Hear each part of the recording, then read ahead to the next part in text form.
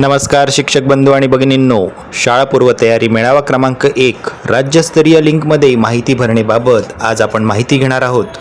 आपण त्यासाठी आधी या निळ्या लिंकला टच करून घेऊया.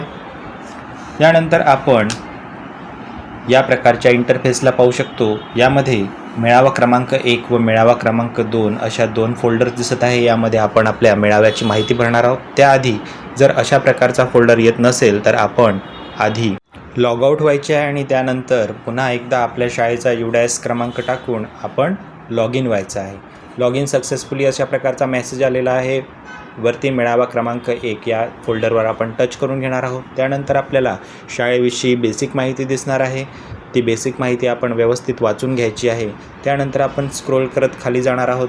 इथे आपल्याला मेळाव्यात सहभागी व्यक्तींची माहिती विचारलेली आहे. तर एकूण स्वयंसेवक 7 पैकी आपल्या शाळेत जेवढे शिक्षक होते भागिले वजा त्यातून अंगणवाडी स्वयंसेविका व्यतिरिक्त जेवढे शिल्लक असतील तेवढे आपण स्वयंसेवक वापरलेले आहेत. इथे मी 3 स्वयंसेवक टाकून घेतलेले आहे कारण माझ्या शाळेमध्ये 4 शिक्षक होतात आणि टोटल 7 पैकी 3 स्वयंसेवक मला लागत आहे.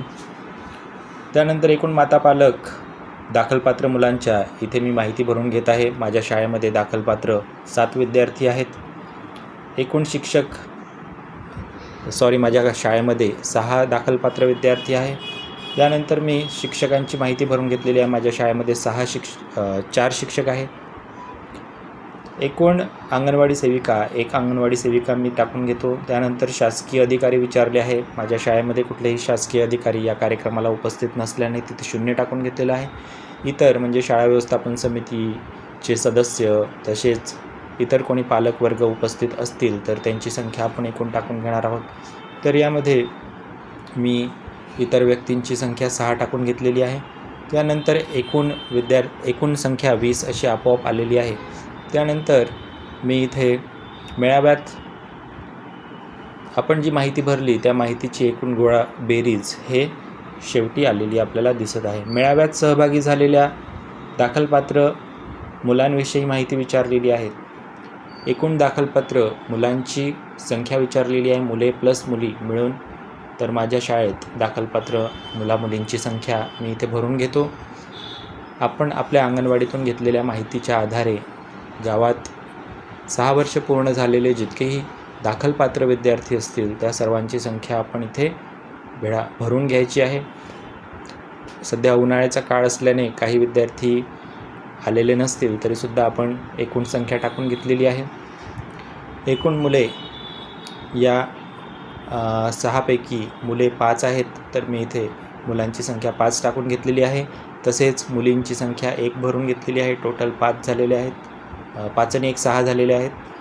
त्यानंतर वरील दाखलपात्र एकूण मुला-मुलींपैकी मार्च 2026मध्ये अंगणवाडीमध्ये नामांकन असलेल्या विद्यार्थ्यांची संख्या विचारलेली आहे.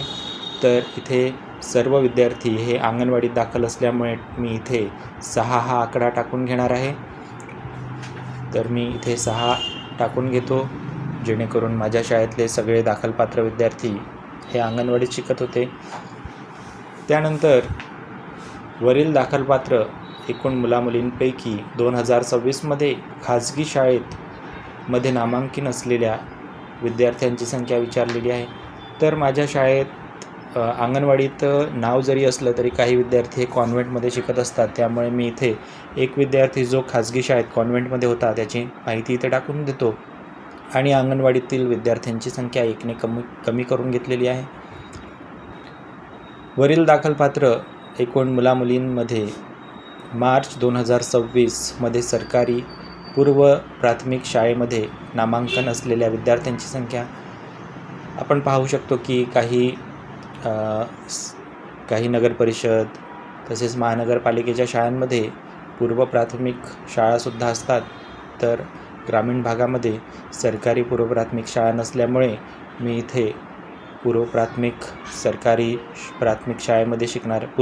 शाळामध्ये शिकणाऱ्या मुलांची संख्या इथे 0 करून घेतो.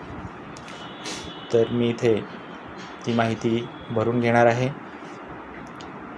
तर सरकारी पूर्व प्राथमिक शाळा हा ग्रामीण भागामध्ये अंगणवाडीला प्रोत्साहन देण्यासाठी अंगणवाडी असल्यामुळे तिथे आपण सरकारी पूर्व प्राथमिक शाळा नसल्याकारणाने 0 हा आकडा भरून घेतलेला आहे.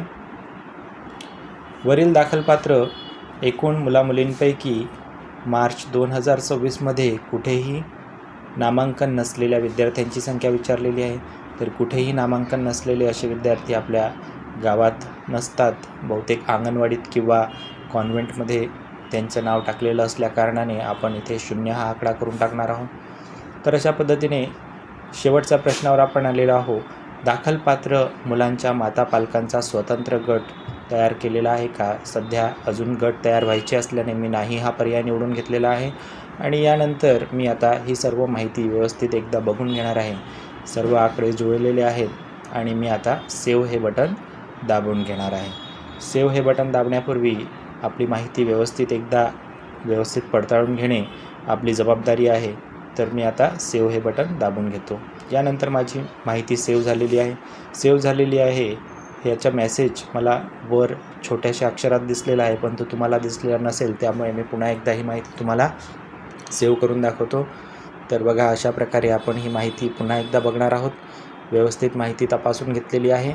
माहिती तशीच्या तशीच आता आपल्याला फक्त सेव्ह करायची आहे. सेव्ह केल्यानंतर हा मेसेज थोड्या सेकंदाकरिता असतो. अशा प्रकारे यशस्वीपणे आपण मेळावा क्रमांक 1ची माहिती पूर्ण भरलेली आहे. आपल्या चॅनलला तुम्ही अशाच प्रकारे लाईक, शेअर आणि सबस्क्राईब करा, जेणेकरून आम्हाला प्रोत्साहन मिळत राहील आणि आम्ही असेच नवनवीन व्हिडिओ आपल्यासाठी घेऊन येत राहू.